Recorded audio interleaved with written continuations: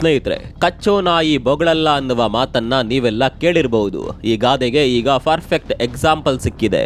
ಯಾವುದಪ್ಪ ಆ ಎಕ್ಸಾಂಪಲ್ ಅಂತ ಕೇಳಿದ್ರೆ, ಅಮೆರಿಕ ಅಧ್ಯಕ್ಷ ಟ್ರಂಪ್ ಇರಾನನ್ನ ಸರ್ವನಾಶ ಮಾಡಿಬಿಡ್ತೀನಿ, ನಾಗರಿಕತೆಯನ್ನೇ ನಾಶ ಮಾಡ್ತೀನಿ, ಇರಾನನ್ನ ಕತ್ತಲೆಯಲ್ಲಿ ಮುಳುಗುವಂತೆ ಮಾಡ್ತೇನೆ, ಒಂದು ಸೇತುವೆಯನ್ನ ಕೂಡ ಉಳಿಸೋದಿಲ್ಲ.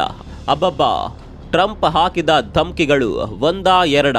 ಇಷ್ಟೆಲ್ಲ ಧಮ್ಕಿ ಹಾಕಿದ ಟ್ರಂಪ್ ಈಗ ಇರಾನ್ ಜೊತೆ ಕದನ ವಿರಾಮ ಮಾಡಿಕೊಂಡಿದ್ದಾರೆ. ಕಾಮಿಡಿ ವಿಷಯ ಏನ್ ಗೊತ್ತಾ? ಅಮೆರಿಕ ಹಾಗೂ ಇರಾನ್ ನಡುವಿನ ಕದನ ವಿರಾಮ ಒಪ್ಪಂದದ ಮಧ್ಯಸ್ಥಿಕೆ ವಹಿಸಿದ್ದು 3 ಹೊತ್ತು ತಿನ್ನೋದಕ್ಕೆ ಗತಿ ಇಲ್ಲದ ಪಾಕಿಸ್ತಾನ. ನಾವಿದನ್ನ ಕಾಮಿಡಿಯಾಗಿ ತೆಗೆದುಕೊಂಡ್ರು, ಅಮೆರಿಕ ಅಧ್ಯಕ್ಷ ಹಾಗೂ ಇರಾನ್ ಕೂಡ ನಮ್ಮ ನಡುವೆ ಮಧ್ಯಸ್ಥಿಕೆ ವಹಿಸಿದ್ದು ಪಾಕಿಸ್ತಾನ ಅಂತ ಜಗತ್ತಿನ ಮುಂದೆ ಹೇಳಿಬಿಟ್ಟಿದೆ. ಮತ್ತೊಂದು ಕಡೆ ಪಾಕಿಸ್ತಾನ ಕೂಡ ಅಮೆರಿಕ ಬರೆದುಕೊಟ್ಟ ಟ್ವೀಟ್ ಅನ್ನ ಕಾಪಿ ಪೇಸ್ಟ್ ಮಾಡಿ ಪೋಸ್ಟ್ ಮಾಡಿದೆ. ಏನೇ ಆದರೂ ಬಕೆಟ್ ಪಾಕಿಸ್ತಾನಕ್ಕೆ ಸದ್ಯಕ್ಕೆ ಅಂತಾರಾಷ್ಟ್ರೀಯ ಮಟ್ಟದಲ್ಲಿ ಒಂದು ಹೈಪ್ ಸಿಕ್ಕಿದೆ. ಇಷ್ಟು ದಿನ ಟ್ರಂಪ್ಗೆ ಬಕೆಟ್ ಹಿಡಿದಿದ್ದಕ್ಕೆ ಮೀಡಿಯೇಟರ್ ಅನ್ನುವ ಪದವಿ ಕೂಡ ಸಿಕ್ಕಿದೆ. ನಮ್ಮಲ್ಲಿರುವ ಕೆಲವು ಪಾಕಿಸ್ತಾನದ ಅಭಿಮಾನಿಗಳು ಇದನ್ನೇ ಸಂಭ್ರಮಿಸುತ್ತಿದ್ದಾರೆ. ಈಗ ಇರುವ ಪ್ರಶ್ನೆ ಏನಪ್ಪಾ ಅಂದ್ರೆ, ಪಾಕಿಸ್ತಾನ ನಿಜವಾಗಿಯೂ ಮಧ್ಯಸ್ಥಿಕೆ ವಹಿಸಿದ್ದು ನಿಜಾನಾ, ಅಥವಾ ಇಲ್ಲಿ ಅಮೆರಿಕ ಹಾಗೂ ಪಾಕಿಸ್ತಾನ ಸೇರ್ಕೊಂಡು ನಾಟಕ ಮಾಡ್ತಾ ಇದೆಯಾ? ಇರಾನ್ ಏನೆಲ್ಲ ಕಂಡೀಷನ್ ಹಾಕಿದೆ? ಈ ಕದನ ವಿರಾಮ ಒಪ್ಪಂದ ಆಗಿರೋದ್ರಿಂದ ಇಲ್ಲಿ ಗೆದ್ದಿದ್ದು ಯಾರು, ಸೋತಿದ್ದು ಯಾರು, ಎಲ್ಲವನ್ನ ಡೀಟೇಲ್ ಆಗಿ ತೋರಿಸ್ತೀವಿ. ಸ್ನೇಹಿತರೆ ನಮಸ್ಕಾರ, ಚರಿತ್ರೆಯ ಮತ್ತೊಂದು ವಿಡಿಯೋಗೆ ನಿಮಗೆಲ್ಲ ಪ್ರೀತಿಯ ಸ್ವಾಗತ.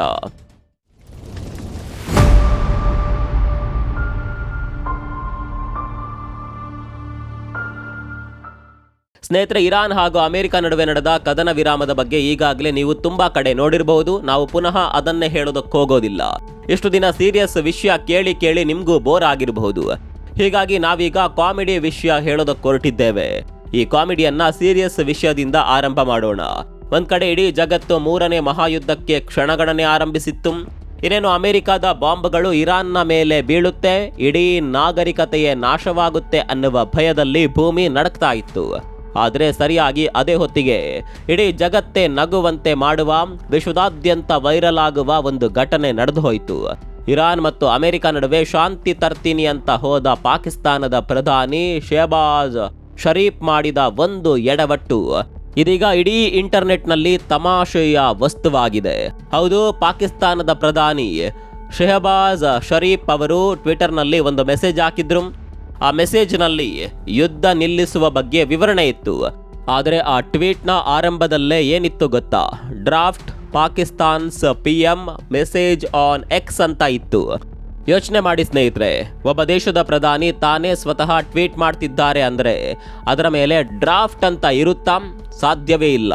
ಯಾರೋ ಅವರಿಗೆ ವಾಟ್ಸಪ್ನಲ್ಲೋ ಅಥವಾ ಇಮೇಲ್ನಲ್ಲೋ ಇನ್ನೊಂದು ಸ್ವಲ್ಪ ಹೊತ್ತಿನಲ್ಲಿ ನೀವು ಈ ಮೆಸೇಜ್ ಟ್ವೀಟ್ ಮಾಡಬೇಕು ಅಂತ ಸ್ಕ್ರಿಪ್ಟ್ ಕಳಿಸಿದ್ರು.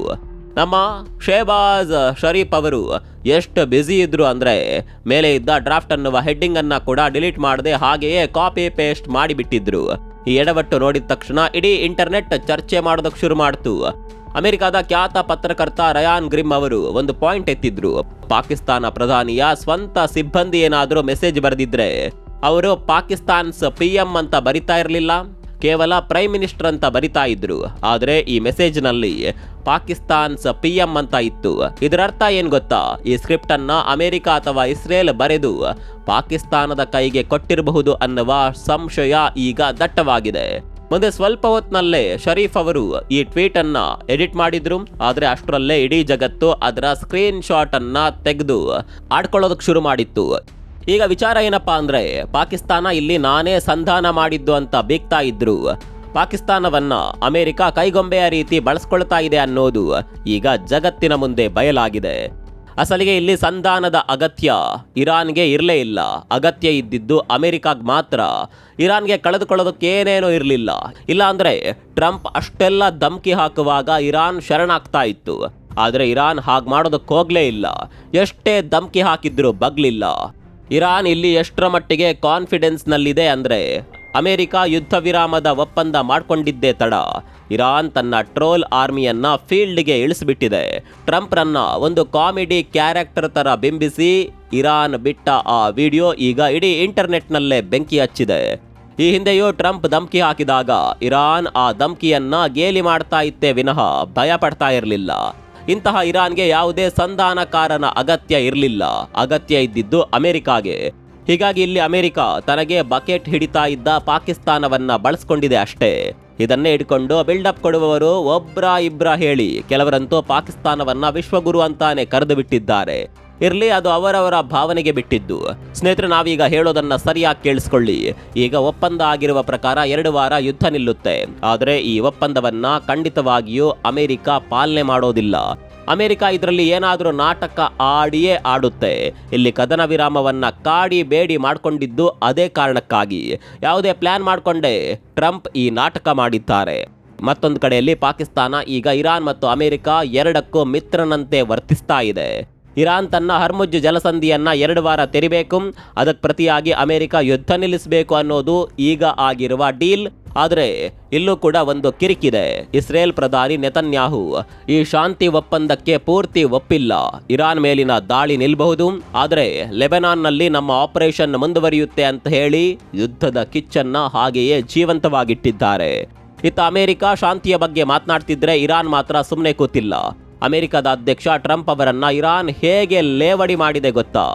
ಇರಾನ್ ಒಂದು ಲೆಗೋ ಅನಿಮೇಷನ್ ವಿಡಿಯೋ ಬಿಡುಗಡೆ ಮಾಡಿದೆ. ಆ ವಿಡಿಯೋದಲ್ಲಿ ಟ್ರಂಪ್ ಅವರನ್ನ ಒಬ್ಬ ಕೋಪಿಷ್ಟ ಮಗುವಿನಂತೆ ತೋರಿಸಲಾಗಿದೆ. ಟ್ರಂಪ್ ಬಾಂಬ್ ಹಾಕೋದಕ್ಕೆ ರೆಡ್ ಬಟನ್ ಒತ್ತಾರೆ, ಆದರೆ ಅರಬ್ ದೇಶಗಳು ಅವರಿಗೆ ಸಾಥ್ ಕೊಡಲ್ಲ. ಕೊನೆಗೆ ಇರಾನ್ನ ಮಿಸೈಲ್ಗಳು ಅಮೆರಿಕ ಮತ್ತು ಇಸ್ರೇಲ್ ಮೇಲೆ ಬೀಳೋದನ್ನ ನೋಡಿ ಟ್ರಂಪ್ ಬೆವರುತ್ತಾ ಎಚ್ಚರವಾಗುವಂತೆ ಆ ವಿಡಿಯೋ ಇದೆ. ಅಷ್ಟೇ ಅಲ್ಲ, ಇರಾನ್ ಒಂದು ಹೊಸ ಪದವನ್ನ ವೈರಲ್ ಮಾಡ್ತಿದೆ. ಅದು ಟ್ಯಾಕೋ ಅಂದರೆ ತಿಂಡಿ ಅಲ್ಲ, ಅದರ full form Trump always chickens out ಅಂತ. ಅಂದ್ರೆ ಟ್ರಂಪ್ ದೊಡ್ಡದಾಗಿ ಆರ್ಭಟಿಸ್ತಾರೆ, ಆದರೆ ಸಮಯ ಬಂದಾಗ ಹೆದರಿ ಹಿಂದೆ ಸರಿಯುತ್ತಾರೆ ಅಂತ ಇರಾನ್ ಕಾಲೆಳೆದಿದೆ. ಭಾರತದಲ್ಲಿರುವ ಇರಾನ್ ರಾಯಭಾರಿ ಕಚೇರಿ ಕೂಡ ಟ್ರಂಪ್ ಮಂಡಿಯೂರಿರುವ ಫೋಟೋ ಹಾಕಿ ಇರಾನ್ ನಾಗರಿಕತೆಗೆ ತಲೆಬಾಗಿ ಅಂತ ಪೋಸ್ಟ್ ಹಾಕಿದೆ. ಇದು ಅಂತಾರಾಷ್ಟ್ರೀಯ ಮಟ್ಟದಲ್ಲಿ ಟ್ರಂಪ್ಗೆ ಆಗಿರುವ ಅತಿ ದೊಡ್ಡ ಅವಮಾನ. ಹಾಗಿದ್ರೆ ಇಲ್ಲಿಗೆ ಯುದ್ಧ ಮುಗೀತಾ? ಖಂಡಿತ ಇಲ್ಲ. ಇದು ಕೇವಲ 2 ವಾರದ ಬಿಡುವು ಅಷ್ಟೇ. ಏಪ್ರಿಲ್ 10ನೇ ತಾರೀಕು ಶುಕ್ರವಾರ ಪಾಕಿಸ್ತಾನದ ಇಸ್ಲಾಮಾಬಾದ್ನಲ್ಲಿ ದೊಡ್ಡ ಮೀಟಿಂಗ್ ನಡೆಯಲಿದೆ. ಅಲ್ಲಿ ಅಮೆರಿಕ ಮತ್ತು ಇರಾನ್ ಪ್ರತಿನಿಧಿಗಳು ಮುಖಾಮುಖಿಯಾಗಲಿದ್ದಾರೆ. ಆದರೆ ಪರಿಸ್ಥಿತಿ ಅಷ್ಟು ಸುಲಭವಾಗಿಲ್ಲ. ಇರಾನ್ 10 ಬೇಡಿಕೆಗಳನ್ನ ಇಟ್ಟಿದೆ. ನಮಗಾದ ನಷ್ಟಕ್ಕೆ ಪರಿಹಾರ ಕೊಡಬೇಕು, ಅಮೆರಿಕ ನಮ್ಮ ಹಣವನ್ನ ಬಿಡುಗಡೆ ಮಾಡಬೇಕು ಅಂತ ಕೇಳ್ತಿದೆ. ಇತ್ತ ಇಸ್ರೇಲ್ ಮಾತ್ರ ಯಾವುದೇ ಕ್ಷಣದಲ್ಲೂ ದಾಳಿ ಮಾಡೋದಕ್ಕೆ ರೆಡಿಯಾಗಿ ನಿಂತಿದೆ. ಒಂದು ವೇಳೆ ಇಸ್ಲಾಮಾಬಾದ್ ಮಾತುಕತೆ ಫೇಲ್ ಆದ್ರೆ ಈ 2 ವಾರಗಳ ನಂತರ ನಡೆಯೋದು ಭೀಕರ ರಕ್ತಪಾತ. ಜಗತ್ತಿನ ಷೇರು ಮಾರುಕಟ್ಟೆ ಈಗ ಸ್ವಲ್ಪ ಚೇತರಿಸಿಕೊಳ್ತಾ ಇದೆ.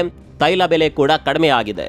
ಆದರೆ ಇದು ಚಂಡಮಾರುತ ಏಳುವ ಮುನ್ನ ಇರುವ ಸ್ತಬ್ಧತೆಯ ಅನ್ನೋದು ದೊಡ್ಡ ಪ್ರಶ್ನೆ.